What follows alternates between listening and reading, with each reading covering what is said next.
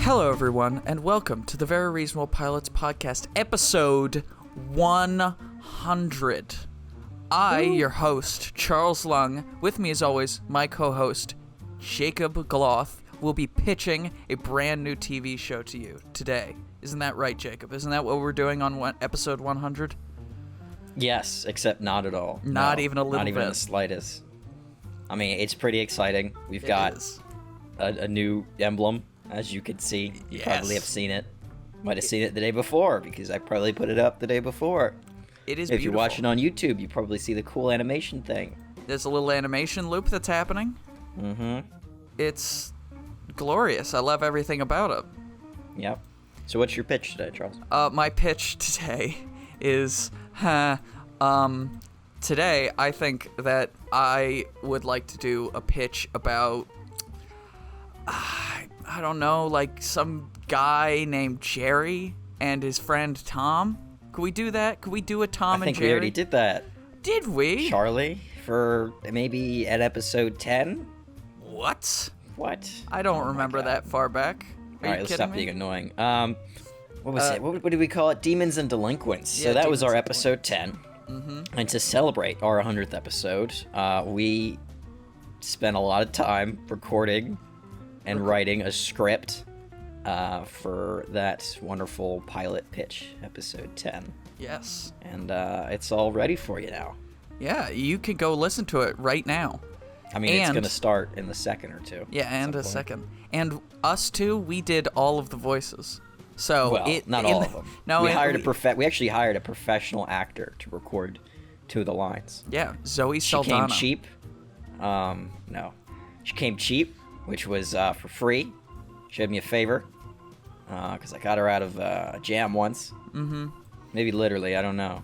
Yeah, I remember that one time. Might have been some jelly. I remember. It was. You should have seen him, listeners. It was amazing when he pulled her out of that jam. Yep. It was a lot. It was the jelly factory exploded all over the highway. Killed my mother, but he saved this actress, so it was worth it. Fortunately, your mother was resurrected or something, because she came back as a jam golem. Golem. Yeah, jam golem. That's a good idea. Maybe we could put that in the. Never mind. We're gonna rewrite the script and re-record it. Yeah, we're adding a jam golem. Jam golem. There it is. That's a good idea. The kids will like that. Kids like jelly. I did all of the voices here. I'm the only person who's talking. Yep, I'm not doing any of the voices. The professional actress that we hired, it was me. Yeah, it's Charlie. He's doing a girl voice. He's doing really well. Yeah. See, what happened is Jake kicked me really hard in the balls, so I sounded like that for about 20 minutes. Yep. And then I came back down to my regular register. All right. The episode's starting now. What up?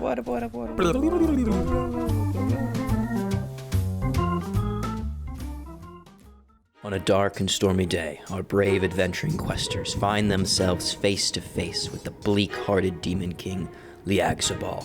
As the proud warrior Sherman swings his mighty blade, he finds no purchase on the fiend's scaly hide. Avast, ye tempestuous devil, though my blade has not pierced thy breast, my will vanquish thee. Pelotoni, loose thy bow and let holy flame cleanse this hellion. Ah! Sherman, mine arrows find no tender flaw in the beast's battlements. I fear this battle is for naught. Hold fast, Pelotoni, my plunderous bowman. Our beloved cleric Guy shall exorcise this horrid hellhound. Amazonius, Googlius, Facebookio! By the old gods and the new, this devilish threat fails to yield by my divine light. Quick, Jerry, we need thy assistance! Oh, well, okay. Not sure what I'll be able to do, but I'll try.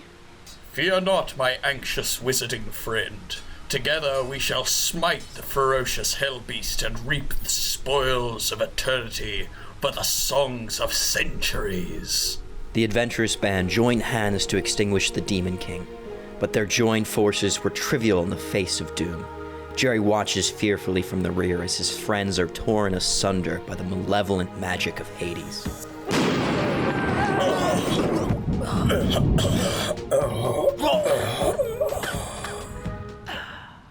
Alone, Jerry now cowered in the face of evil itself. Please, please, I don't want to die. Prepare for thy doom. Your days have been numbered, and your fate divided.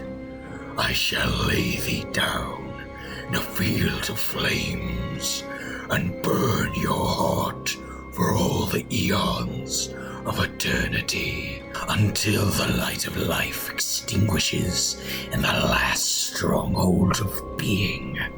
Only then will you know that I am darkness. Please, I'll do anything. I'm too young and beautiful to die. Do mine ears deceive me? Would you, cowardly witch, give thyself to me, to my will, totally and completely? Yes, please, just don't kill me. Okay, great. Well then let me write out your contract, and then we can get started. 'Cause I really need a babysitter. Anything, just please. Wait, what did you just say? Yeah, my youngest Tom has been really getting on my nerves recently, and I need someone to take him off my hands for a while. Sure. Whatever you need, man. Wonderful. I just need you to sign right here. The Demon King summons a scroll and a puff of dark smoke with ominous words, employment contract, followed by the phrases full time and $0 per hour. Jerry trembled as he reached for the flaming agreement. Great. Do you have a pen or something?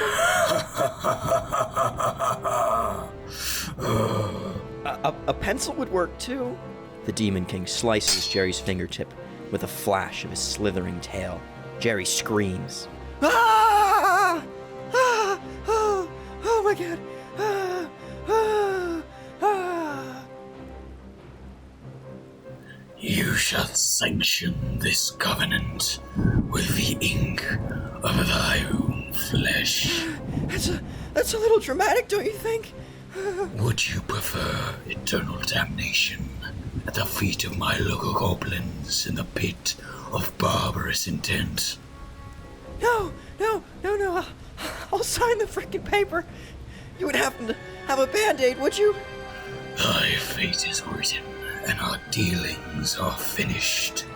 Here is thy charge, my youngest spawn, Tom, and here is thy fettering bondage. A dramatic implosion of fire and brimstone consumes the air. In its midst, the Demon King is gone, and where his imposing shadow looms stands a child burned in flame and covered in ash. A long ebony chain clasps around Jerry's ankle, connecting him to the Devil's Son.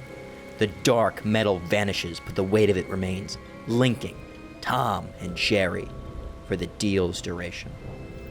Whoa! Where am I? Hi, I think I'm your new babysitter. Oh, I wonder how long this one will last. You wouldn't happen to have a band-aid, would you? I'm still gushing red here from your dad's little job orientation. Tom picks up Jerry's severed finger and gently smushes it into the bleeding stump. Here, good as new. Thanks. 5 years later, Jerry and Tom walk into Tutorialia, a small town on the edge of the continent. Tom is dressed in a dark cloak to hide his demonic identity, while Jerry argues dramatically. Are you sure about that? 100%, without a doubt. Centaurs eat with their butts and poo with their tails.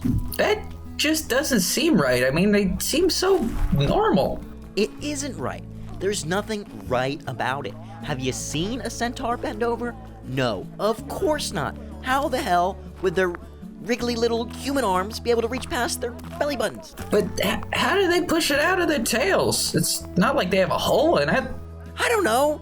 I'm not a vegetarian. I don't know how these things work. I don't think that's the right word. Well, I'm human, so I think I would know human words better than a demon. You're illiterate. You shut up. I would never litter. This planet is our baby, and we must smother it like a fat woman in her sleep. Sometimes I wonder which one of us is the devil. I'm sorry, did you say you were a devil? No. Don't worry, I'm not one of those religious bigots. We accept all walks of life in Flopia. Really? That's pretty cool. Well, everyone except those dirty, stinking Ovarians. Oh, you're one of those guys. Well, with just a few measly flops, you can save a dozen Ovarian children from a life of villainous bumpkinism. Your money can provide them with the finest execution available. Did I hear someone speaking ill of the great kingdom of Bavaria? No one would dare speak such lies, unless of course they hailed from the backwater kingdom of Falopia, where women wear pants and men wear pants as well. I thought we decided to canvass on the opposite sides of town. You got the market and I get the main gate. Yeah, well, that werewolf ripped the mayor in half, and no one will get near my recruitment stall, not since I put its head on the pike. You killed a werewolf? What? No! Are you kidding me? Those things are dangerous. See, these Ovarians are unsavory people that must be purged from the face of the continent. At least we don't eat poo. I'll have you know centaur excrement is a delicacy that is meticulously processed through the tail to preserve flavor, vitamins, and that rich, musky aroma. I knew it. Look, you guys seem great, but I think we're gonna pass. Fallopians are nothing but a bunch of fussy pop guzzling wallops who suck on marmalade for eats. Yeah, well, Ovarians suck yellow-tailed foxes for their sweat. It's very nutritious. At least we don't eat at tables made of dried mammoth glands. You take that back, you son of a fishwife's cousin. As the two canvassers argue quietly in the background, Tom and Jerry wander slowly into the nearby tavern. The empty inn is staffed by a small, overweight man that appears to be standing on a bar stool to reach the first shelf. Ah, not a halfling. How wonderful. I can't act too common out in these parts, eh, friend? I suppose you're right, my friend. So what brings you two weird looking fellows all the way up to my tavern? Just looking for a drink, pal? Don't call me pal. Oh, of course. I won't keep you waiting. What can I get you?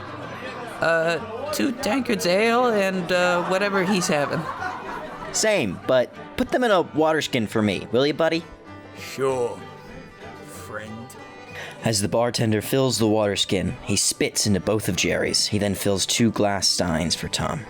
I just got these newfangled glass drinking apparatuses imported.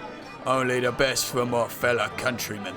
Jerry looks at his water skins distastefully, but shrugs his shoulders and drinks, making sure to swallow all the lumps. The pair finish their beverages and order 2 more. As the night stretches, Tom and Jerry become loud and unruly. Where's my cheeseburger? I ordered it 20 fumbling minutes ago. I think you need to chill your gourds, bro. You're giving off some, wobbly vibes, man. What are you fubbing talking about? Oh, sorry, man. I was some bro in the toilet house. He gave me a fat jockstroke. Oh, okay, that's good, because I'm really feeling those jolly berries that I picked up while I was taking a... Dude, jolly berries are only for elves. You drop the brains at your tail, bro. Please. What's the worst that can... Oh, come on, bro. I was just about to throw that in the bartender's face. Tender, can I get another beer? And get me a bloater. I want to sing some karaoke. What is that? What are your crazy demon words? 'Cause if so, I'm in. Let's do some karate. Tom stands up from his chair, but his arm swings his drink into his lap, soaking his coat with beer. Not the net, please. Please. Not the soaking acid net of Tardis's belly button. In a mixed stupor of beer and psychoactive taffy, Tom rips his cloak off, exposing his demonic figure to the bar. The tavern erupts and gasps. You're not a little person. It's pronounced halflings. Yeah, it's the year 23. Get that 22 mentality out of here. Yeah! Sorry. So, you guys are cool with him being a demon? No! Especially not me. Well, I guess we aren't. The crowd jumps them. As they struggle on the ground at half the bar, a Templar walks in. Well, at least they're nicer than the last town. Yeah, no one has suggested stoning or burn them with a stake. Don't you mean at the stake? No, I mean with a stake. Bring out the grill. The townspeople rode a large grill with a cow's worth of beef roasting. As they bring Tom and Jerry to the door, an elder Templar bursts through. Stop, ye citizens! This charge is under my care. I shall render them a new bastion of guilt within the halls of divine retribution in its unending maw. Huh? Sorry, lady. I'm not getting whatever you just said. Yeah, we don't speak bourgeoisie. Yeah! Could you please speak up? I am a knight of the squared table, an elder Templar, a guardian of the realms. I am the law in this town, and those deviants are within my purchase until their crimes can be fully tallied. Does that mean we can't burn them? Or stone them? I really can't hear you guys. What's going on? A cloaked figure in the back of the bar stands up, throwing off his robe dramatically. Fear not, citizens! Baron von Varen is here! Baron von Baron? Ah, you've heard of the great monster slayer. Tales of my heroic bravery travel far as my legend grows. No, I was just repeating your name. 'Tis no total consequence. I am here to vanquish this demon in the name of all that is just and cordial on this fair continent. No, you must entrust these fiends into my care. I require their services to purge a most unholy evil. What kind of sacrilege is this? A Templar needs the aid of a demon? You have been bewitched, my fair maiden. Call me fair maiden again, and I shall wrench thy head from its bust. Still, we cannot let these vagabonds roam the golden hills of grain. So, do we get to burn them? Or stone them? Yes, you shall have your vengeance to verify the righteous fury that shall sing from the ballads 1,000 fallopian choirs. I don't understand what's coming from your wordpipe, but a good burning is a good burning. Or stoning. Stonings are lame. They don't even scream that much. But I've been collecting stones since last harvest. Your stones are too small anyway. What did you say about small things? Sorry. If we get a say, I'd really prefer the stoning. See, this is why we should burn them. They like being stoned. Yeah, we do. That Jog Taffy's righteous, bro. Don't listen to him. He isn't even a real demon. He's just a very ugly child. We both love laws and aren't currently doing or have done anything illegal. Seriously harshing my mellow, bro. Enough of this humdrum bedlam. Seize them and render their limbs into fettered chains of papyrus. A please wouldn't hurt. Fine. Please imprison them in the steel cage of Tartarus. We don't have one of those, but we do have handcuffs and a wooden box. Fine, those will serve our purpose. Baron, surely your trust in my order is tantamount to your own feelings about this beast. Your order has not held the sway of past generations since the Great Opening. These derelict deplorables shall be extinguished like the flame of Braculaire. Who? I don't know. I just thought it would sound smart. It did. Very inspiring. Thank you. Seize them! Listen, guys, let's talk about this. I didn't do anything wrong. It's him you want. Not cool, bro. Not cool. Please, stop talking like that. You can't squash my wave, man. It rides and dies where it buys. That doesn't make any sense. As the crowd of rowdy drunks carries Tom and Jerry to their cells, the two interlopers share a worried glance. The mysterious Templar leads the mob to the local dungeon and orders the prisoners not to be harmed as they are thrown into the cells. Well, now that these two are taken care of, anyone want a steak? Or a stone? A free round of ale for all. Tonight we celebrate our victory over our forces of vertical appropriation. Huzzah! As our heroes wallow in self-pity and fearful urine, Within the walls of this fetid trough, their minds drift toward the questions that have vexed great thinkers for centuries. All right. Which would you rather do? A centaur or a satyr? Really? We're trapped in a filthy dungeon, and that's where your mind goes? Yeah?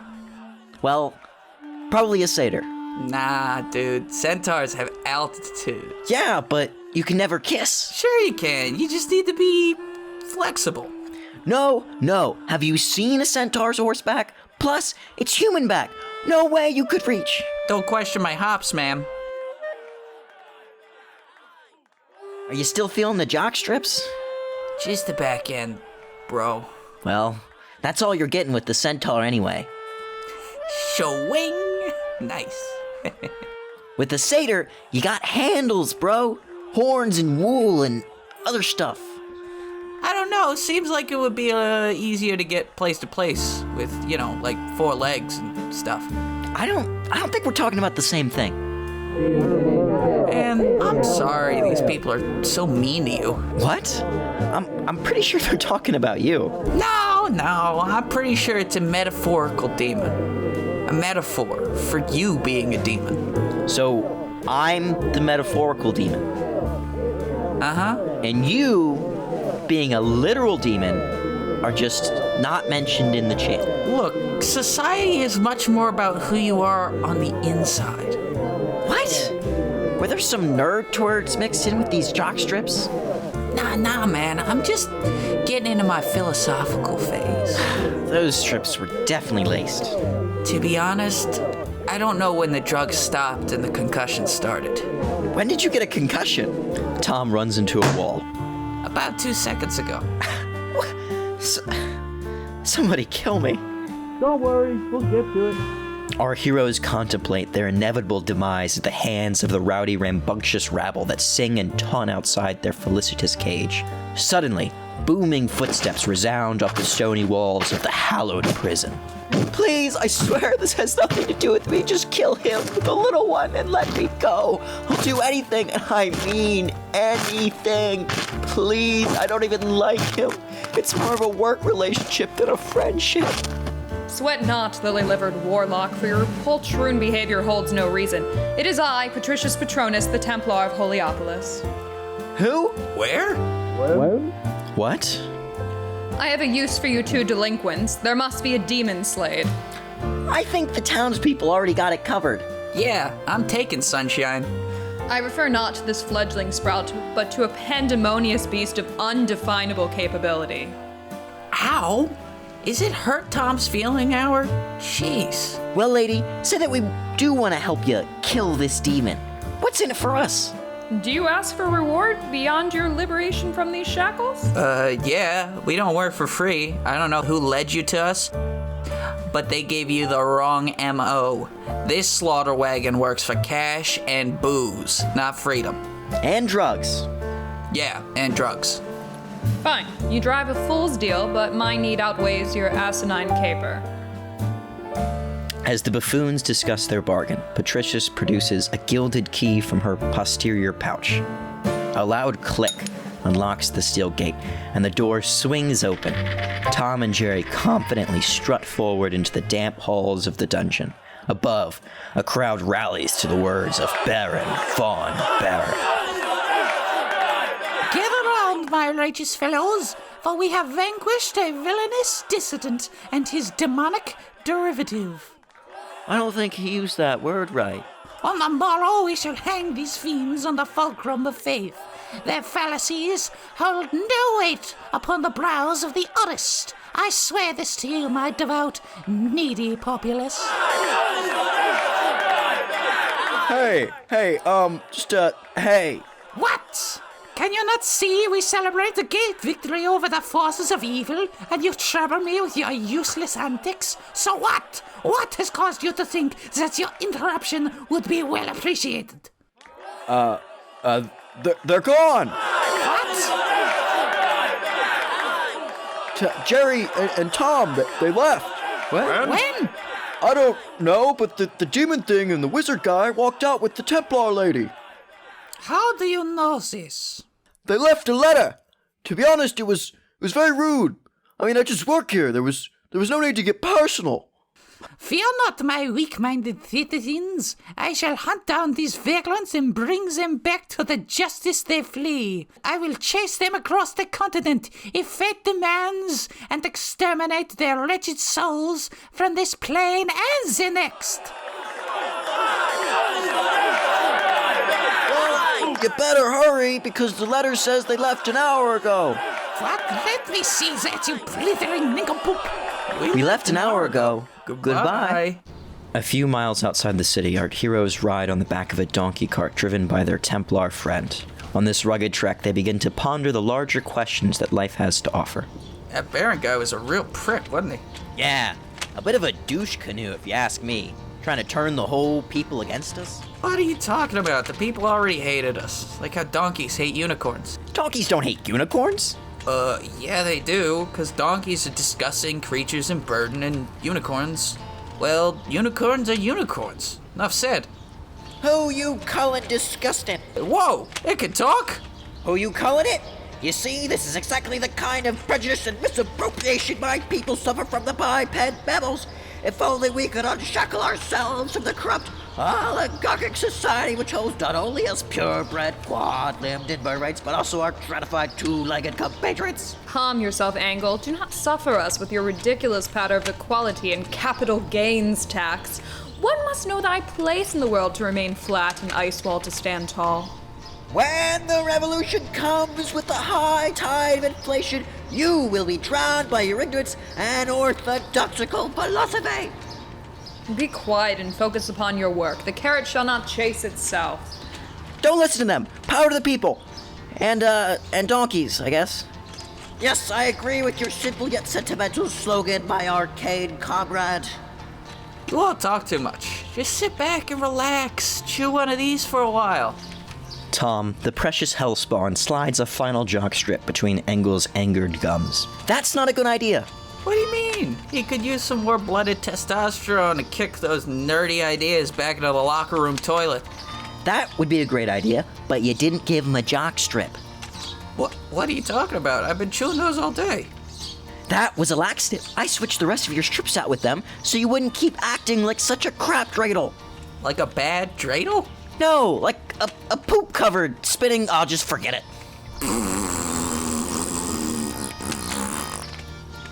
Holy light, why have you cursed me with these demons and delinquents?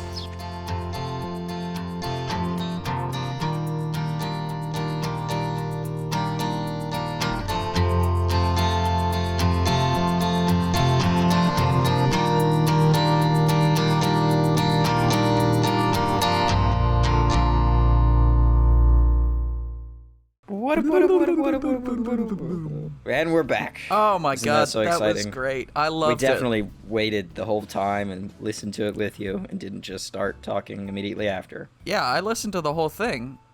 I was completely silent the whole time. Weren't you listening to it the whole time? Yep, we were just completely silent the whole time. Yeah, we held You probably hands. would have been if I didn't say anything. I don't think you know how audio works sometimes. I don't think I know how audio works Editing. most of the time.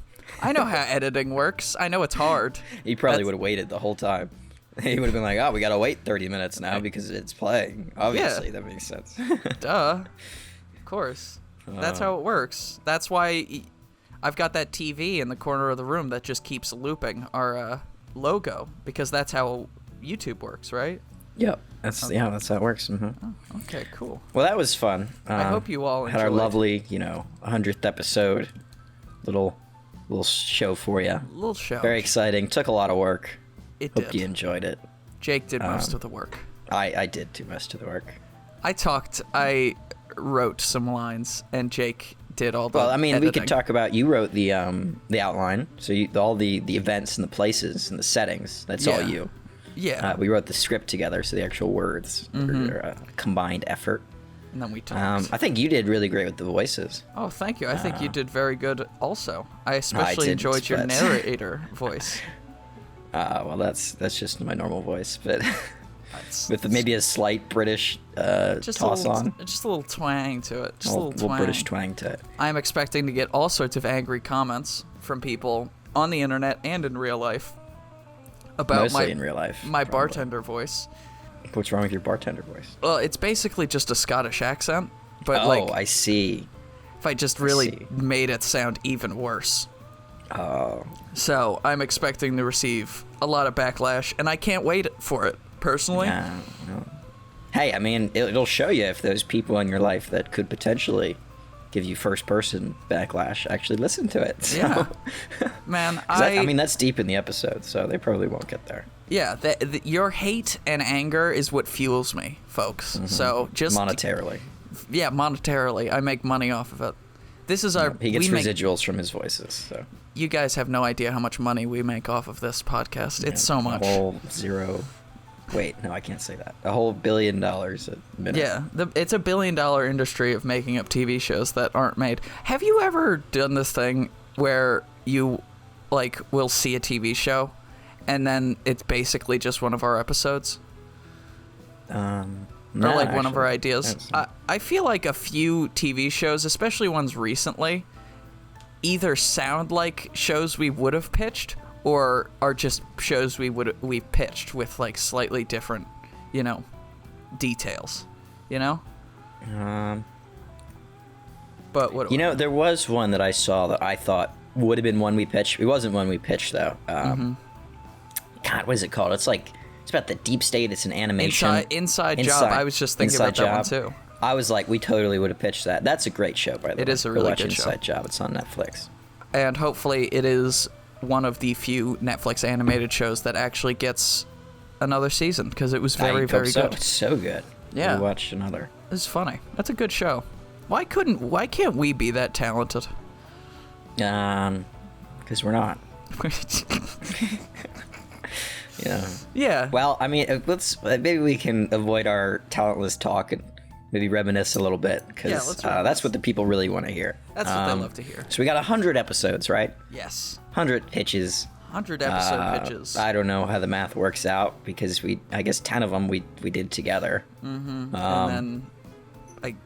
And then it should be split mostly even. I think you did one or two more than me. Yeah, maybe at the very beginning, I think the first two were mine, and then you started, and then I think it's just been on and off. Yeah. Yeah. What do you think's your favorite pitch so far that you've done? I know that's a tough question. It's like asking me to pick between my children, but all of my children they pretend that's ugly. a hard question, but it's actually a very easy question. It's very easy for me, because I hate all my children, and also I'm an only child, so easy peasy, super easy. It's me. I'm the best kid. I have to say, I think Human Meat might be one of my favorite. Human Meat, wow. I really like the episode name. I like the concept. I like the execution. It was funny. There were jokes in it, but it was also serious. Mm-hmm. That or Journos. I really do enjoy Journos. Oh, that's nice. Yeah. Journos was a fun one. I like that one too. I don't think what's it called? The setting and the characters, awesome in Journo. The plot, not very good. Because they didn't really write a plot. But I never write a plot for most of my shows. So. I had nailed the setting and the world. It took me a long time to build those, and then when I got time to the plot, I was like, just basic story things. It's investigating. Mm-hmm. All right, you know what? How about we split our favorite shows into two categories: favorite originals and favorite adaptations. Oh. Because okay. we adapt a fair few things. Like The Question, one of our most recent episodes, is an adaptation. That's true. Very true. So I think my favorite adaptation is the Deadshot series that we did. That was very fun. That's true. And I think about that series pretty regularly, because I have a second season in mind, or a second half of the story, which gets way weirder. So maybe that'll be another episode further down the line, after episode 100. Yeah. Yeah. I actually haven't done a lot of adaptations, because I always forget that we can do those. I'm always like, shit, I gotta come up with an original idea. Yeah. That's difficult. I always forget that we can also just adapt stuff that we like. And my favorite one is, the ones that I've done is Tales from the Death Star. That is a I good one. love Tales from the Death Star because I like Star Wars, and parodies are awesome. Anything with just 2 henchmen is just great. It's great. It is. You're right. You love adapting a Star Wars because the only adaptations you've done, I think, are the Mandalorian. Mandalorian, yeah. And Tales from the Death Star. Are there any other? I don't think that's the only 2 I've done. I don't think I've done any others. See, Star Wars is fun because they don't do it well themselves oftentimes. And I feel like I can do it better, so I do. Yeah. In fact, The Mandalorian was my first pitch. I do. I remember. All because I watched The Mandalorian and was like, this is good, but it could be better. It could be. There's a woman there sometime. Maybe. I think it was Scarlett Johansson. So that, Yes. Pedro Pascal's awesome, but that would make it better too. Yeah, Scarlett Johansson does make everything better. I was going to say when you were like, we got an actress in, I was going to say Scarlett Johansson, but I changed my mind to Zoe Saldana, because Zoe Saldana, I feel, doesn't get enough hype. She's in like the 2 biggest movies of all time. Yeah, she's in 2 of the biggest movies of all time, or 3, depending on how you count the Avengers movies. Okay. But yeah, I guess you're right. She just gets skipped over. People just skip over her when they're talking about like great actresses, you know? Because she's a very good actress. She's good at what she does. And she's willing to wear all sorts of silly fucking makeup. Yeah, she can only break the 1 billion mark when she covers her face. Is she completely covered in makeup and weird She's got to be a primary things. Color if she wants to get that $1 billion mark. She has to be some sort of alien. Yeah, which I'm fine with, you know, because I think that's the mark of a good actor these days. I'm surprised they aren't just, making movies with her as an alien just to see if this is like a thing, Yeah. If the public will just watch a movie because she's in it in blue or green or yellow.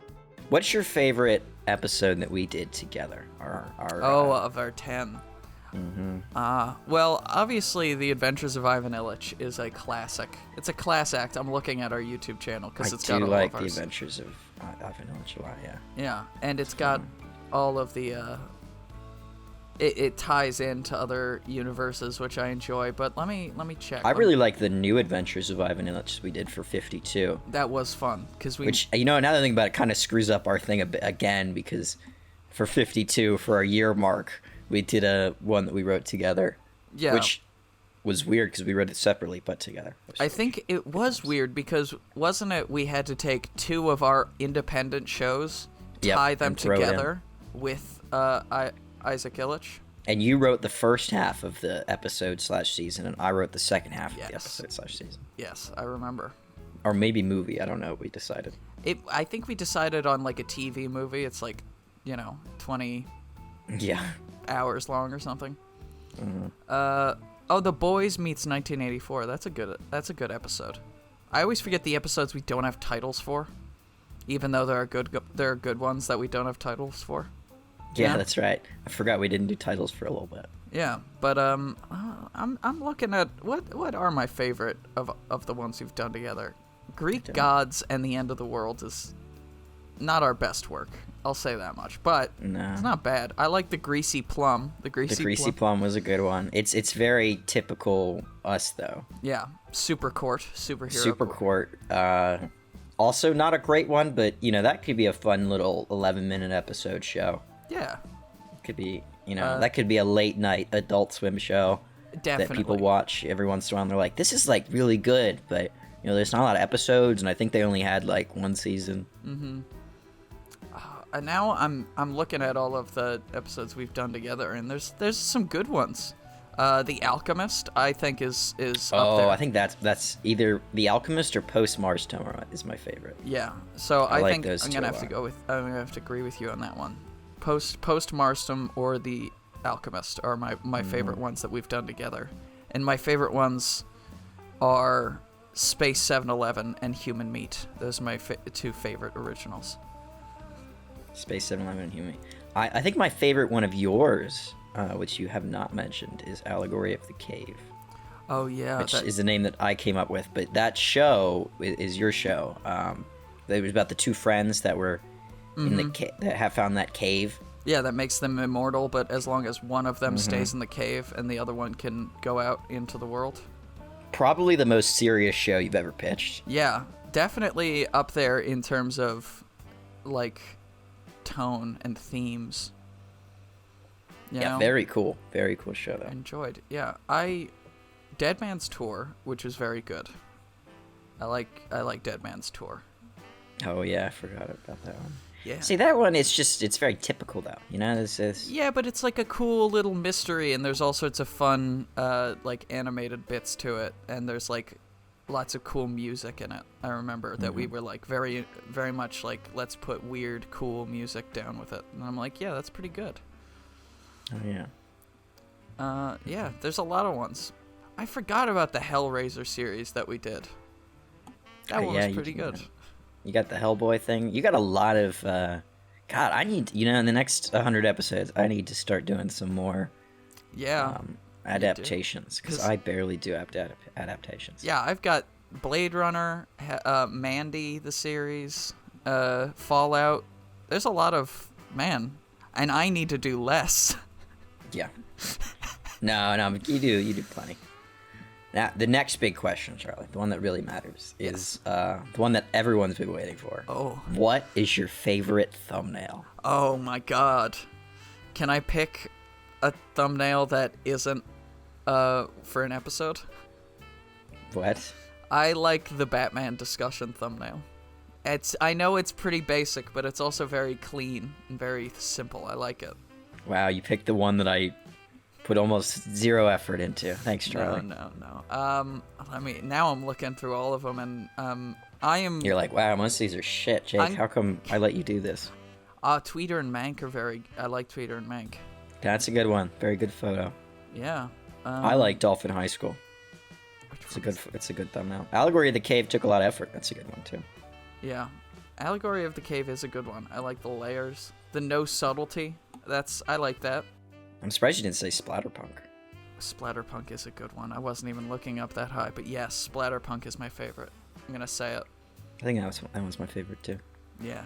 Well, thank you all for listening to 100 episodes of Jake and I rambling like lunatics, coming up with just insane TV shows that most probably will never be made. But it's been fun, and we're still going to be doing this next week, and we're going to do it for the next 100th episodes, and then 100 episodes after that until the world burns. We're going to be, that's right, episode 300, Earth is going to explode. Yep, on episode... 300. Well, then we'll still be here after that, obviously. We'll be on a space station. Well, 1x1 square space station. Yeah. You know the Biological Horror, the show that we made? Yep. That was based off of our real life. We are actually two people that have been fused together using unethical, scientific experimentation. We're like, have you seen that cartoon, Cat Dog? We're like that, but it's just two podcasters. Yep, I haven't seen that cartoon, but yep. It's a cat. It's a cat, and his bottom half is a dog, and the dog's bottom half is a cat. So you're like, where do they poop out of? Because they just have two mouths instead of a butthole. So, that's the question. What a great way to segue out of the episode. That's the question. Charlie saying something weird and me being completely silent. Classic. Well, yeah. VRP. Thank you all for listening. Give us a follow, a subscribe, a like. Tell your friends and your family. Tell your cat dogs all about us. They'll love it. They'll love us. And you can find us wherever you find podcasts. Well, thank you all for listening, and have a beautiful day. Bye. Goodbye.